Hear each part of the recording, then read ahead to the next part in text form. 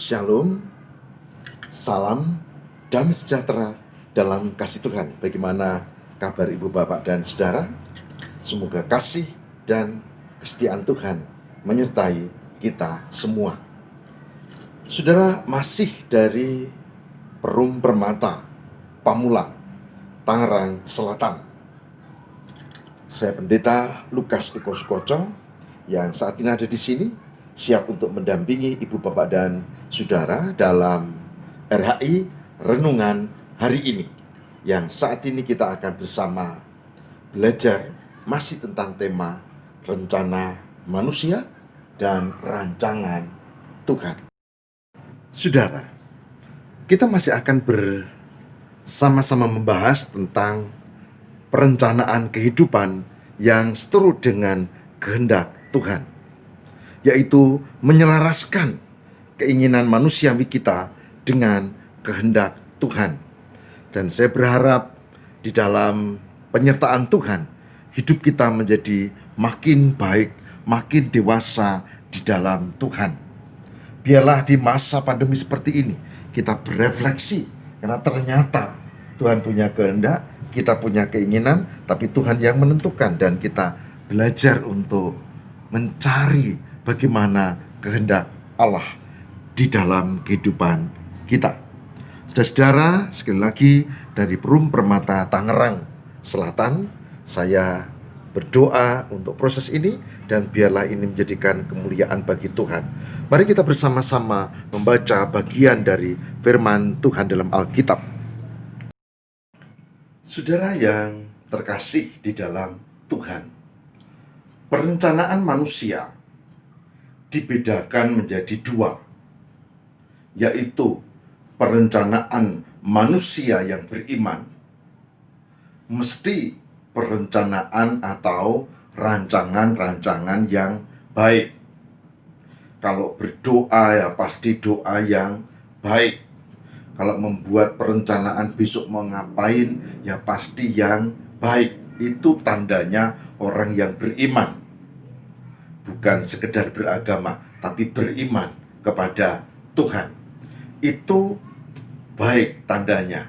Sebaliknya, orang yang tidak beriman, yang mungkin di KTP-nya ada agama, tapi tidak beriman, itu perencanaan rancangannya yang tidak baik. Bisa mencelakakan orang lain, bisa berbuat kejahatan, bisa penuh dengan kedengkian. Lalu itu nanti mempengaruhi perilaku. Perencanaannya negatif, perencanaannya kejahatan.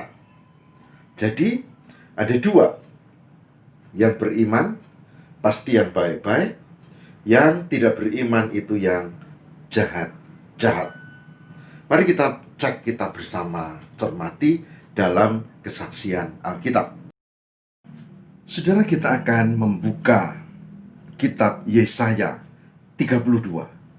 Yesaya 32 ayat 7 dan 8. Yesaya 32 ayat 7 dan 8. Yang demikian sabda Tuhan. Kalau penipu, akal-akalnya adalah jahat. Kalau penipu, akal-akalnya adalah jahat. Ia merancang perbuatan-perbuatan keji untuk mencelakakan orang sesara dengan perkataan dusta. Sekalipun orang miskin itu membela haknya, tetapi orang yang berbudi luhur merancang hal-hal yang luhur, dan ia selalu bertindak demikian. Saya ulang baca Yesaya 32 ayat 7 dan 8. Kalau penipu, akal-akalnya adalah jahat. Ia merancang perbuatan-perbuatan keji untuk mencelakakan orang sengsara dengan perkataan dusta, sekalipun orang miskin itu membela haknya. Tapi orang yang berbudi luhur merancang hal-hal yang luhur, dan ia selalu bertindak demikian. Yesaya 32 ayat 7 dan 8. Saudara yang berbahagia, barang siapa yang mendengarkan firman Tuhan dan yang memelihara dalam kehidupan setiap hari. Saudaraku yang terkasih di dalam Tuhan, ada orang baik berbudi luhur, merancang hal-hal yang baik, hal-hal yang luhur, dan dikatakan selalu demikian. Ada orang yang tidak baik, yang tidak beriman, yang disebut di situ penipu. Dia merancang hal-hal yang jahat, yang nista, yang penuh kejahatan, yang mencelakakan orang lain. Nah, pertanyaannya, saudara-saudara, saya termasuk yang mana? Termasuk yang berbudi luhur atau termasuk yang tidak, yang penipu, yang jahat, yang merancang jahat-jahat? Doanya juga jahat. Kalau yang berbudi luhur, doanya baik untuk sesama dan untuk lingkungannya. Ibu, bapak, saudara masuk yang mana? Atau jangan-jangan kita ini kadang-kadang masuk luhur, berbudi baik, atau kadang-kadang kita masuk hina? Tergantung iklimnya barangkali ya. Ya, saudara, dalam firman Tuhan hanya dibedakan dua, yaitu yang berbudi luhur dan yang tidak. Saudara yang terkasih, begitu bangun tidur, apa yang kita buat? Dan sebelum bangun tidur, kita akan tidur, apa yang kita berdoa? Coba nilai, jangan menilai orang lain. Kalau kita mau tidur dan kita mengingat ada saudara kita yang sakit, dan kita tidak bisa mengunjungi mereka karena situasi dan kondisi pandemi ini, lalu kita angkat doa. Lalu kita ingat anak kita, tetangga kita, sahabat kita, lalu kita berdoa. Berarti kita termasuk orang yang berbudi luhur. Dan nanti setelah pandemi, pasti kita lakukan sesuatu yang baik. Sebaliknya, orang yang tidak, yang melakukan sebaliknya. Kalau tetangganya beli sesuatu yang baru, motor baru yang kekinian, TV baru yang kekinian, sepeda baru yang kekinian yang bisa dilipat-lipat itu, wah. Lalu kita mulai memperguncingkan. Maka yang sering terjadi, kita lalu seneng kalau sana itu repot, kalau sana itu celaka, kalau sana itu pokoknya sedang sedih. Justru kalau orang tetangga yang lain atau orang lain sedih, seneng, itu ciri khas orang yang hina. Tapi kalau orang yang luhur tidak, dia mendoakan yang baik-baik. Dia seneng kalau tetangganya, sahabatnya baik. Saudara, saya tidak bermaksud menghakimi, silakan. Tapi saya sendiri belajar untuk menjadi orang yang berbudi luhur. Meskipun mungkin nilainya belum 100 ya, tapi masih mungkin lebih dari 50, 60 begitu. Saya selalu belajar supaya Tuhan memberkati. Saya termasuk orang yang berbudi luhur, yang beriman. Saya juga berdoa Bapak Ibu Saudara melakukan hal itu, karena Indonesia membutuhkan orang-orang yang berbudi luhur. Indonesia tidak hanya membutuhkan orang yang pandai, tokoh, tapi hina.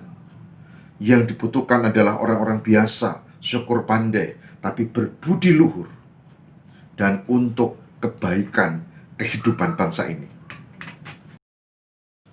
Saudara-saudaraku yang terkasih di dalam Tuhan, lalu bagaimana peran serta Tuhan dalam kehidupan ini? Manusia merancang yang baik, manusia yang lain merancang yang tidak baik. Di sini merancang yang luhur, di sini merancang kejahatan, yang doanya pun jahat. Lalu bagaimana dengan Tuhan, dengan Allah? Saudara, Raja Salomo memberikan catatan penting, yaitu firman di dalam Amsal 16 ayat 9. Amsal 16 ayat 9. Dikatakan apa?